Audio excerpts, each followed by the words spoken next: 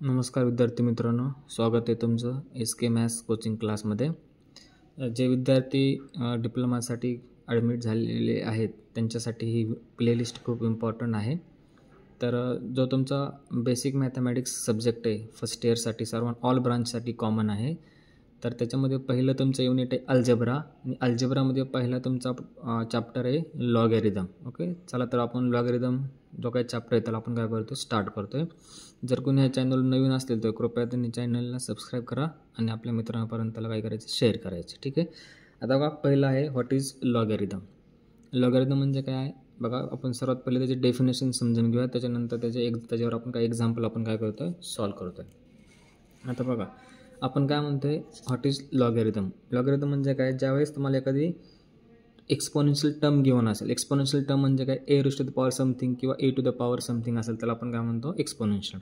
आता आपण काय म्हणतो की if A to the power X is equals to Y then. आता बघा ज्यावेळेस A to the power X is equals to Y म्हणजे आपण एक्सला काय करतो लॉगच्या फॉर्ममध्ये एक्सप्रेस करतो. तर बघा आपण कसं केलं, X is equals to log to the base A into Y where A comma Y हे काय पाहिजे त्यांचे रिअल नंबर पाहिजे आणि सोबत हा जो एक्स आहे ना व्हेरिएबल तो पण काय पाहिजे तुमचा रिअल नंबर पाहिजे, तरच आपण त्याला लॉगच्या फॉर्ममध्ये काय करू शकतो एक्सप्रेस करू शकतो. बघा आपण काय म्हणतो परत एकदा मी वाचतो, if A to the power X is equals to Y then X is equals to log to the base A Y where A comma Y it belongs to R. म्हणजे ए आणि वाय काय पाहिजे रिअल नंबर पाहिजे आणि x पण काय पाहिजे रिअल नंबर पाहिजे. त्याला आपण काय म्हणतो logarithm of Y to the base X. आता जर वाचन कसं करायचं तर A to the power X is equals to Y then बघा जर A to the power X is equals to Y असेल तर आपण काय म्हणतोय की X is equals to log of base A to the Y किंवा आपण त्याला म्हणतो X is equals to log to the base A into Y. असं जरी तुम्ही त्याला वाचन केलं तरी चालते. आता पुढं बघा, आता लॉगॅरिथम आपण कोणाचा फाईंड करू शकतो तर खूप इम्पॉर्टंट गोष्ट आहे. जर आपल्याकडं पॉझिटिव्ह नंबर असेल, जर तुमचा पॉझिटिव्ह नंबर असेल तरच आपण त्याचा लॉग डिफाईन करू शकतो, अदरवाईज तुम्हाला लॉग डिफाईन करता येणार नाही. जसे की तुमचा नंबर निगेटिव्ह असेल किंवा तुमचा नंबर 0 असेल तर त्याचा लॉग तुम्हाला डिफाईन करता येत नाही. तर ह्या नोट्स जी काय नोट आपण लिहिले ते तुम्ही व्यवस्थित तुमच्या नोटबुकमध्ये लिहून घ्यायचे, तर तुम्हाला ते एक्झाम्पल सॉल्व करत असताना काय होईल समजून जाईल. ठीक आहे, आता चला आपण एक एक्झाम्पल बघूया. तर एक्झाम्पलमध्ये आपल्याला काय म्हटलेलं आहे की if 2 to the power 5 is equals to 32 then express it in the logarithm form.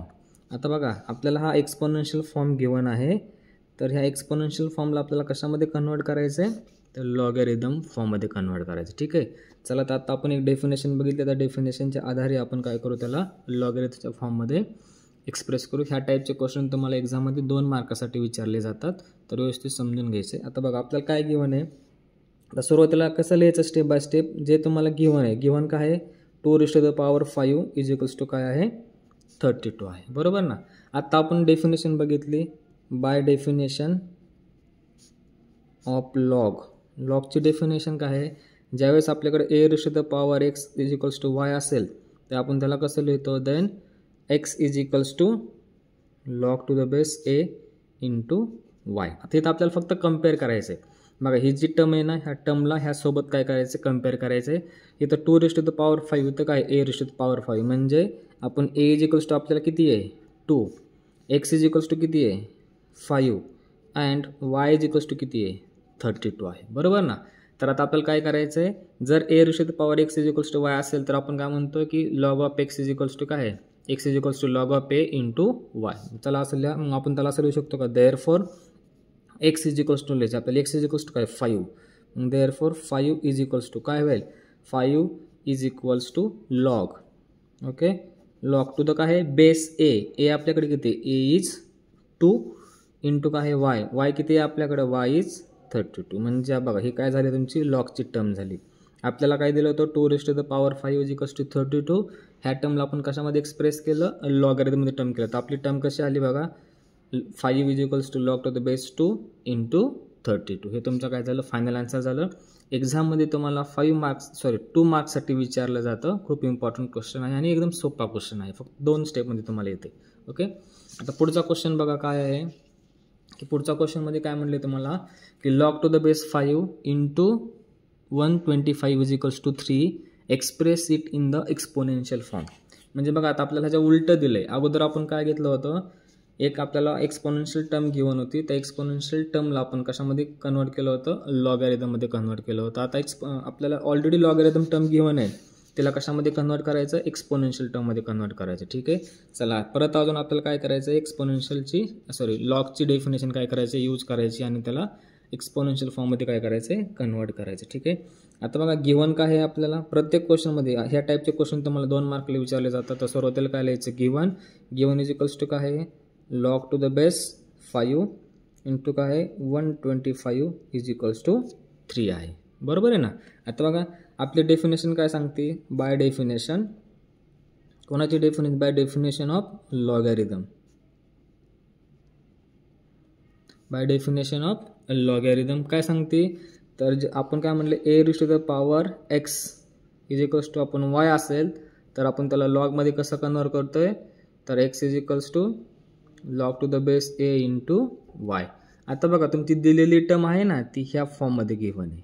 Okay, तर आपल्याला काय करायचं, ह्या फॉर्ममध्ये कन्वर्ट करायचं, राईट. तर बघा देअरफॉर तुम्हाला दिलेली टर्म कशी आहे तुमची, log 5 into 125 is equals to 3. तर आपण त्याला कसं लिहू शकतो, जसं आपण अगोदरच्या केसमध्ये गेलो होतं त्याच्या रिव्हर्स ऑर्डरमध्ये, तर आपण त्याला ह्या साईडला काय राहील, फक्त आता A raise to the power X लिहायचे.